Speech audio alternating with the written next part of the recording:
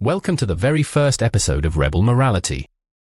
I am your host, and today, we are diving into a topic that is both heartbreaking and deeply significant: why Africa is dying and behind the grip of fear-based cultures. In this episode, we will explore how Africa, despite its immense resources, rich history, and cultural diversity, has been held back by fear. Fear that has been ingrained into the social, political, and cultural fabric of many societies across the continent. A fear that has stunted progress, inhibited creativity, and fostered division. This is not a simple topic, nor is it one that can be solved with quick fixes. We will look at historical roots, social structures, and the long-lasting effects of fear-based belief systems in Africa. We will also explore how this fear, while deeply embedded in tradition, continues to impact Africa's ability to rise above its challenges today. Let us begin this exploration into a culture of fear that has for so long held Africa back. In this first segment, we look back at Africa's rich history to understand how fear-based cultures began to take hold, from the arrival of colonial powers to the suppression of indigenous belief systems. To truly understand how fear-based cultures took root in Africa, we must look back at the continent's history. Africa is home to some of the oldest civilizations in the world, from ancient Egypt and Mali to the Kingdom of Axum.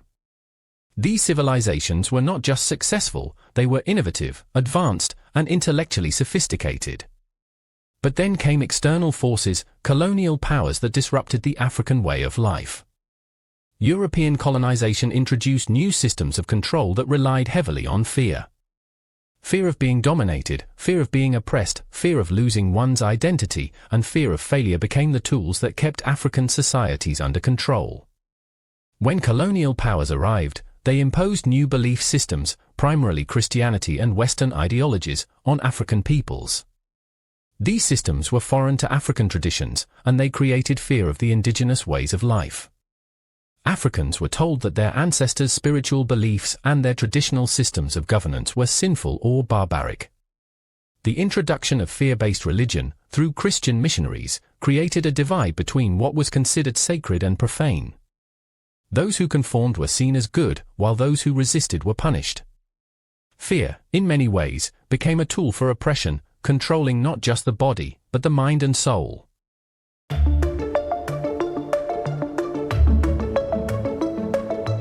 Next, we explore how religion and superstition play a major role in reinforcing fear within African communities. How have external religious influences created divisions and fear of cultural traditions? Many African societies had their own spiritual practices long before colonization. These practices were deeply connected to the land, ancestors, and natural forces. However, with the spread of Christianity and Islam, there was a shift in the way people understood the world around them. African beliefs in spirits, ancestors, and deities were demonized by missionary groups. Fear of witchcraft, possession, and ancestral wrath took on new significance. In some African communities today, the fear of witchcraft still influences behavior, and accusations of witchcraft can lead to violence or social exclusion. The real issue with these superstitions is that they perpetuate fear as a way of governing behavior. In many cultures, children grow up being taught that they must follow the rules to avoid spiritual punishment. This constant fear creates a psychological burden that affects people's decision-making throughout their lives, making them more likely to conform to tradition rather than challenge harmful social norms.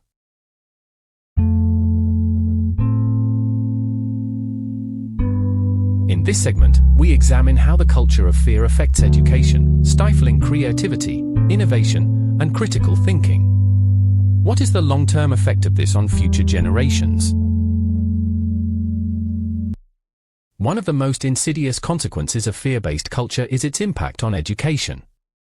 In many African societies, fear of failure is so intense that it stifles creativity and innovation.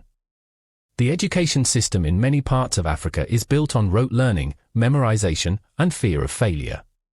Children are not encouraged to think critically or creatively, they are taught to memorize what they are told. This fear of failure in education is a direct result of a culture that prioritizes conformity over originality. Children are often punished for questioning authority or for not following traditional norms. This culture of fear breeds a generation of individuals who are afraid to take risks or to innovate. Instead of fostering future leaders and changemakers, the system creates individuals who are simply trying to avoid mistakes at all costs. This stunted education system doesn't just affect the individual, it affects the nation as a whole. When the educational system is rooted in fear, entire generations grow up unable to challenge the status quo or to create the innovative solutions that are needed to propel Africa forward. We then move to politics, where fear of retaliation has led to corruption and stagnation. How has the fear of speaking out kept African governments from being held accountable? Africa's political landscape is another area where fear has a devastating effect. Many African leaders come to power through fear-based systems, where people are kept in line through threats of violence, imprisonment, or worse. Fear of repercussions from speaking out against the government has led to a culture of silence in many African countries. Political corruption flourishes in an environment where fear of retaliation silences the masses. In many countries, citizens live in constant fear that their dissent will result in punishment, whether it's in the form of arbitrary detention, harassment, or even violence. This fear makes it nearly impossible to organize protests, hold governments accountable, or demand better leadership. In this environment, Africa's political systems are not only corrupt, they are stagnant. Leaders are more interested in maintaining power through fear than in solving the problems that affect their people. This creates a cycle where citizens, unable to challenge their leaders, fall deeper into poverty, while the elite grow wealthier, further entrenching the divide between the haves and the have-nots. In this segment, we look at how fear of failure and fear of success have hindered Africa's potential in technology, business, and innovation. Why are many ideas never brought to life? Perhaps one of the most damaging consequences of fear in African culture is its impact on innovation and progress. The fear of failure, rejection, and even the fear of success often paralyzes individuals and societies. Across Africa, we see a lack of risk-taking in the fields of business, technology, and entrepreneurship. While the rest of the world is advancing rapidly, Africa is struggling to catch up. Take a look at the tech sector in Africa, for example. While there are brilliant minds and incredible talent, fear of failure has kept many from pursuing big ideas or launching large-scale innovations. Investors are also often unwilling to take risks on new ventures, preferring to stick with the safe bets instead of supporting groundbreaking ideas. But this fear of progress doesn't only exist at the individual level. African governments, too, have been hesitant to embrace large-scale reforms or new ideas. The fear of upsetting the status quo, the fear of not knowing how the future will unfold, creates a barrier that stops forward-thinking solutions from emerging.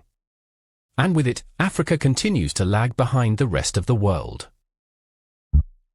Finally, we discuss the way forward. How can Africa break free from the chains of fear and move towards a future filled with hope, innovation, and progress? Despite the deep-rooted fear in many parts of African societies, there is a growing movement of change. Young people across the continent are rising up, challenging old norms, and demanding better futures. They are not afraid to speak out against injustice, challenge corrupt leaders, and fight for a more inclusive society. Africa is at a crossroads. It can continue down the path of fear and stagnation, or it can embrace a future where fear no longer holds it back. We need to foster an environment where curiosity, creativity, and risk-taking are celebrated. We need to build an educational system that encourages critical thinking and problem-solving, not just obedience and rote memorization. And we need political systems that empower citizens rather than controlling them through fear. The first step to breaking free from fear is acknowledging it. And by doing so, we can create a continent where fear no longer holds us back. The future of Africa depends on this shift. In this first segment, we look back at Africa's rich history to understand how fear-based cultures began to take hold, from the arrival of colonial powers to the suppression of indigenous belief systems.